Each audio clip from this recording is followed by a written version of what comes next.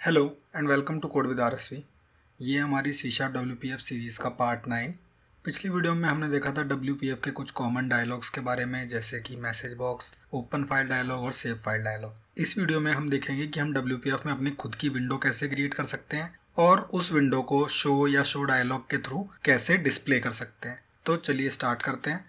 इसके लिए मैंने अभी कोड यहाँ पे आप देखेंगे बिल्कुल क्लीन अप कर दिया है। जो मेरी by default main window dot Jaimal file है वो एकदम क्लीन है। यहाँ हालांकि हाइट, विड्थ और फॉन्ट साइज चेंज है, बट अभी उससे कुछ फ़र्क नहीं पड़ेगा। और मेरी जैमल डॉट CSV बिल्कुल क्लियर है। तो अब हम जाते हैं और यहाँ पे मैं ऐड में एक नई विंडो ऐड करूँगा। ये विंडो WPF का मेरे पास ऑप्शन आ रहा है।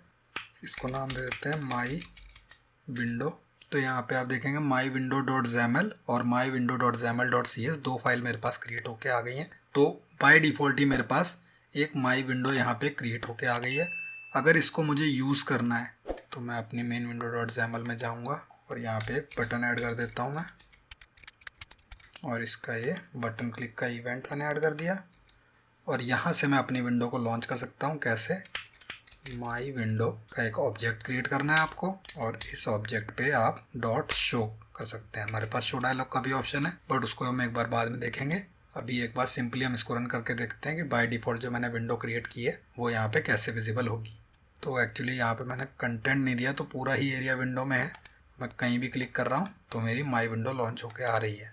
तो इस तरीके से विंडो क्रिएट होती है। अभी मैं एक तो यहाँ पे एक कंटेंट दे देता हूँ इसका, और अब जाके हम देखेंगे कि विंडो को कस्टमाइज कैसे कर सकते हैं। बेसिकली अभी आप देखेंगे तो ये बाय डिफ़ॉल्ट मेरी विंडो आ रही है जो आपकी विंडोज़ की थीम के बेस पे लॉन्च होगी। इसमें जो ऊपर हेडर है या टाइटल कहाँ पे आ रहा है, ये बटन से ही सारी विंडो की थीम के बेस पे लॉन्च हो रही है। मैं इन चीज़ों को कैसे कस्टमाइज कर सकता हूँ ये हम देखेंगे। तो इनको कस्टमाइज करने के लिए सबसे पहले मैं ऊपर का ये टाइटल बार यहाँ से हटा दूंगा। तो उसके लिए होता है विंडो स्टाइल। तो आप यहाँ पे बाय डिफ़ॉल्ट होता है single border window, 3D border window. Window की कुछ थीम्स में काम आता है। अगर आप नॉर्मल थीम यूज़ कर रहे हैं जो बाय डिफ़ॉल्ट होती है, तो आपके लिए सिंगल बॉर्डर विंडो और 3D बॉर्डर विंडो दोनों सेम है। इसके अलावा टूल विंडो भी होती है। हम यूज़ करेंगे नन। नन का मतलब है, आप देखेंगे यहाँ पे डिज़ाइनर में से ऊपर का पार्ट गायब हो गया। और इसको मैं कस्टमाइज़ करने के लिए इसका बैकग्राउंड रख दूँगा थोड़ा डार्क ग्रे, कुछ इस तरीके का, जिससे थोड़ी बेटर दिखे। अब इसको अगेन एक बार मैं रन करके देख लेता हूँ।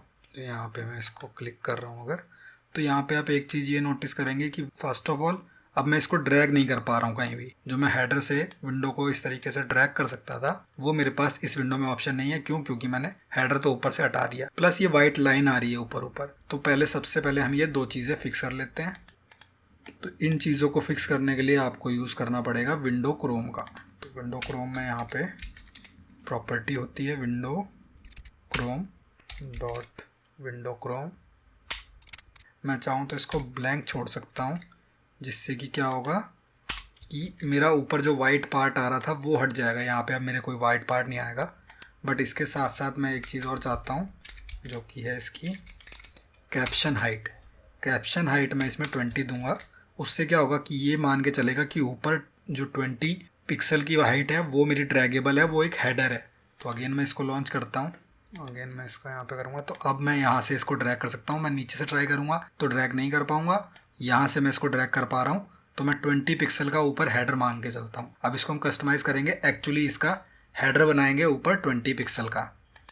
तो अपनी ग्रिड में मैं 2 रो ऐड करूँगा यहाँ पे। तो यहाँ पे आप देख सकते हैं ऊपर वाली रो को मैंने 20 हाइट दे दी और नीचे स्टार यानी बचा हुआ सारा नीचे गया। तो ये मेरी फर्स्ट रो जो है ये मेरी हेडर है, और जो सेकंड रो है उसमें मैं बाकी का पूरा जो भी कंटेंट डालना चाहता हूँ वो डाल सकता हूँ। अगर उसमें भी मैं फॉर्मेटिंग करना चाहता हूँ तो उसके अंदर एक और ग्रिड में डाल दूंगा और उसको उसके हिसाब से फॉर्मेट कर लूँगा। बट मेरी इसमें जो फर्स्ट रो है वो मेरी हेडर के लिए है। तो चलिए इस हेडर को यहाँ पे बनाते हैं। इसके लिए मैं यहाँ पे एक और ग्रिड बना लेता हूँ और इसको देंगे हम grid dot row equal to 0। तो ये ऑटोमेटिकली फाइंड कर लेगा कि इस ग्रिड की ये रो 0 है, और इसके अंदर अब हम प्लेस करने हैं कॉलम्स। तो बाय डिफ़ॉल्ट मैं फर्स्ट कॉलम को देता हूँ स्टार, और सेकंड कॉलम को विड्थ में 20 ना दे के दूंगा यहाँ पे ऑटो। तो वो इसलिए क्योंकि मुझे यहाँ एंड में बटन्स प्लेस करने हैं, जैसे कि बाय डिफ़ॉल्ट विंडो में होता है। आप किसी और तरीके से करना चाहें, आप पहले करना चाहें तो इस तरफ भी कर सकते हैं, बट अभी हम देख रहे हैं कितना कस्टमाइज इसको कर सकते हैं। तो उसके लिए एंड में अब इसके अंदर एक स्टैक पैनल में डालूंगा, जिसकी की ओरिएंटेशन होगी हॉरिजॉन्टल और कॉलम 1 में आएगा। बटन विड्थ 20, हाइट 20, फिर अगेन विड्थ 20, हाइट 20, इस तरीके से करते करते 3 बटन्स ऐड होंगी। कंटेंट होगा अंडरस्कोर, मैक्सिमाइज की इमोजी और एक्स। तीनों के बटन के यहाँ पे क्लिक्स हम देखेंगे। मिनिमाइज बटन क्लिक पे हम क्या हैंडल करना चाहते हैं, मैक्सिमाइज बटन पे क्या हैंडल करना चाहते हैं और क्लोज बटन पे क्या हैंडल करना चाहते हैं। तो इन सब की यहाँ पे हैंडलिंग हो चुकी है।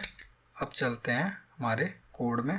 तो सबसे पहले मिनिमाइज बटन करने के लिए आपको कुछ नहीं करना है, सिंपली विंडो स्टेट जो है उसको हमें विंडो स्टेट डॉट मिनिमाइज पे सेट कर देना है। सिमिलरली अगर क्लोज बटन की बात करें तो बाय डिफ़ॉल्ट WPF में हमारे पास क्लोज का मेथड होता है और इस मेथड को मैं क्लोज करूँगा तो वो करंट विंडो को क्लोज कर देगा। इसको आप एक तरीके से, अगर आपको क्लियर नहीं हो रहा तो इस तरीके से समझ सकते हैं कि ये दिस डॉट विंडो स्टेट और दिस डॉट क्लोज है। इससे आपको ज़्यादा क्लियर हो जाएगा कि करंट विंडो की विंडो स्टेट चेंज होगी और करंट विंडो को ये क्लोज कर देगा।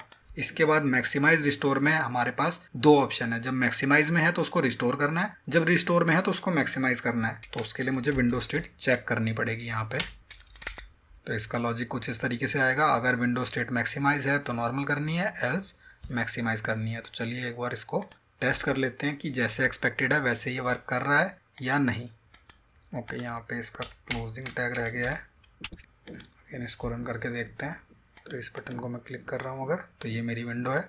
आप यहाँ पे देखेंगे अंडरस्कोर, मैक्सिमाइज और एक्स, तीनों यहाँ पे ऑप्शन आ चुके हैं। मैं पहले मिनिमाइज पे क्लिक करके देख लेता हूँ। ओके, तो मैंने ऊपर जो विंडो क्रोम में ऊपर 20 पिक्सल हाइट दी थी ड्रैग करने के लिए, तो उसकी वजह से ये बटन मेरे क्लिक नहीं हो पा रहे हैं। तो सबसे पहले मैं उसको एक बार हटा देता हूँ और उसकी दूसरे तरीके से हम हैंडल करेंगे। तो कैप्शन हाइट मैंने यहाँ पे 0 कर दी है और हम इसको हैंडल करने के लिए यहाँ विंडो में यूज़ करेंगे एक इवेंट का, जो कि है माउस लेफ्ट बटन डाउन। इस इवेंट को हम यहाँ पे यूज़ करेंगे। तो इसका यहाँ पे इम्प्लीमेंटेशन हमें बस इतना देना है कि ड्रैग मूव का मेथड हमें इसके अंदर कॉल कर देना है। तो ये मेथड हमारा ये काम करेगा कि जब माउस की लेफ़्ट बटन हमने अगर क्लिक कर रखी होगी उस टाइम पे मैं अगर कर्सर मूव करूँगा तो ये साथ साथ विंडो को भी ड्रैग करेगा उसके साथ में। तो इसको एक बार टेस्ट कर लेते हैं हम। तो यहाँ पे मैं कहीं भी क्लिक करके पूरी विंडो को मूव कर पा रहा हूँ, तो मेरा ये मेथड एज एक्सपेक्टेड वर्क कर रहा है। ये थोड़े आइकन्स थोड़े छोटे हैं तो मैं इनकी एक बार हाइट बढ़ा देता हूँ। तो ये रो की हाइट हम कर देते हैं 40 और यहाँ पे भी विड्थ और हाइट हम 40 कर देंगे। इसके अलावा इसका फॉन्ट हम बढ़ा देते हैं। अब इसको एक बार चेक करते हैं।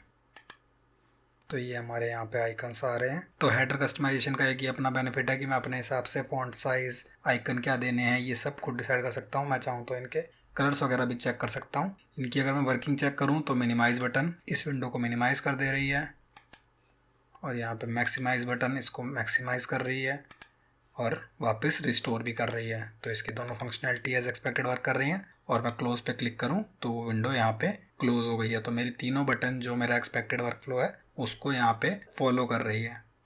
इसको अगर मैं और कस्टमाइज़ करना चाहूँ तो अभी यहाँ पे आप देखेंगे कि कोई टाइटल नहीं आ रहा है, तो मैं अपने हिसाब से यहाँ पे एक टाइटल भी ऐड कर सकता हूँ। तो उसके लिए मैं यहाँ पे डालूँगा एक टेक्स्ट ब्लॉक और अभी ये लेफ़्ट लाइन आ रहा है जो बाय डिफ़ॉल्ट है। अगर मैं इसको सेंटर लाइन करना चाहता हूँ तो उसके लिए मैं यहाँ पे एक एक्स्ट्रा कॉलम डालूँगा और इसकी कॉलम हो जाएगी 1 और नीचे वाले इसकी कॉलम हो जाएगी 2।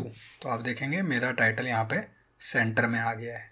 तो ये तो हो गई जो कस्टमाइजेशन हम करना चाहते हैं। इसके अलावा आप जो विंडो लॉन्च कर रहे हैं अभी तक हम वो शो से कर रहे हैं। शो से क्या होता है कि मेरी ये विंडो करंट विंडो जो मेन है जहाँ से ये लॉन्च हो रही है उसको ब्लॉक नहीं करती। तो बेसिकली मेरी पीछे जो विंडो है वो भी क्लिकेबल रहती है। मैं एक विंडो यहाँ पे लॉन्च करने के बाद इस पर अभी भी क्लिक कर पा रहा हूँ, इस पर ऑपरेशंस कर पा रहा हूँ। मैं चाहूँ तो दूसरी विंडो भी यहाँ से लॉन्च कर सकता हूँ। ये होती है शो की वर्किंग। मैं इसकी जगह अगर चाहूँ तो यहाँ पे शो ना यूज़ करके कर सकता हूँ शो डायलॉग, जो कि हमने देखा था मैसेज बॉक्स को अगर हम शो डायलॉग कर रहे थे तो उस टाइम पे क्या होता है कि वो पीछे वाली विंडो को ब्लॉक कर देता है। पीछे वाली विंडो को जब ये ब्लॉक कर देता है तो अब यहाँ से आप इस पर क्लिक ही नहीं कर पाएंगे जब तक इसको क्लोज नहीं करेंगे। तो सेकंड विंडो अपने आप लॉन्च आप कर ही नहीं सकते कभी, क्योंकि ये विंडो पीछे वाली विंडो को ब्लॉक कर रही है। तो आप अपने यूज़ केस के हिसाब से शो या शो डायलॉग यहाँ पे यूज़ कर सकते हैं।